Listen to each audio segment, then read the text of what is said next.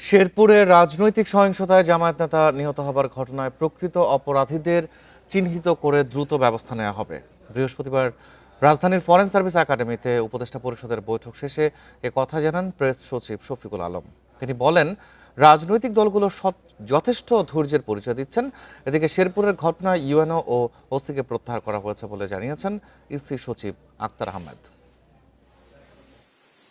বৃহস্পতিবার রাজধানীর foreign service একাডেমিতে সংবাদ সম্মেলনে প্রধান উপদেষ্টার প্রেস উইং জানায়, রাষ্ট্রীয় অতিথি ভবন যমুনায় প্রধান উপদেষ্টা ইউনূসের সভাপতিত্বে পরিষদের বৈঠকে 11টি ইস্যুতে আলোচনা হয়।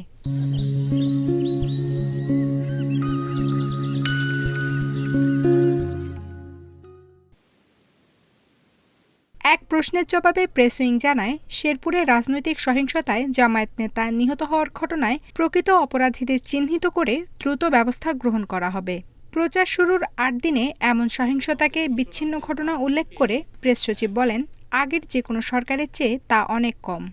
যারা ঘটনার জন্য প্রকৃতভাবে দায়ী তাদেরকে সুনির্দিষ্টভাবে চিহ্নিত করে তাদেরকেই যাতে গ্রেপ্তার করা যায় সেজন্য পুলিশ খুব নিবিড়ভাবে এই ঘটনাটা তদন্ত করছে এবং পরিবারের সাথেও যোগাযোগ রাখছে ভিকটিমের, যাতে করে নিরাপরাধ কেউ গ্রেপ্তার না হয় বা অযথা হয়রানির শিকার না হয়, কিন্তু প্রকৃত অপরাধীরা যাতে কোনোভাবে ছাড় না পায়। একটা দুইটা অবশ্যই আইসোলেটেড ঘটনা ঘটছে, আমরা সেটা অস্বীকার করছি না।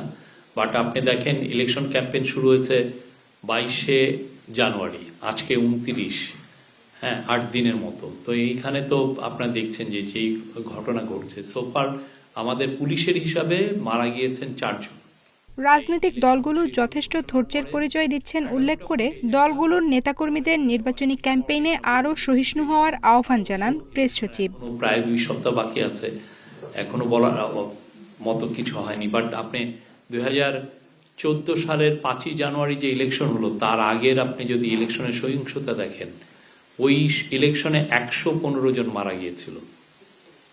সে অনুযায়ী আমরা মনে করি যে রাজনৈতিক দলগুলো যথেষ্ট সহিষ্ণু আচরণ করছেন, তারা ভালো ক্যাম্পেইন করছেন এবং সত্যিকার অর্থে আপনি দেখবেন যে তারা অনেক আইনগুলোও মেনে চলছেন। কর্মক্ষেত্র ও শিক্ষা প্রতিষ্ঠানে যৌন হয়রানি প্রতিরোধ অধ্যাদেশ 2026-এর খসড়া উপদেষ্টা পরিষদের চূড়ান্ত অনুমোদন দেয়া হয়। যৌন হয়রানির বিষয়ে অধ্যাদেশ জারির পর অভ্যন্তরীণ অভিযোগ কমিটি গঠন বাধ্যতামূলক করা হয়েছে। 90 দিনের মধ্যে অভিযোগ নিষ্পত্তির কথাও জানানো হয়। চূড়ান্ত অনুমোদন হয়নি, নীতিগত। আফসানা আফরোজ জুই, ইন্ডিপেন্ডেন্ট নিউজ, ঢাকা।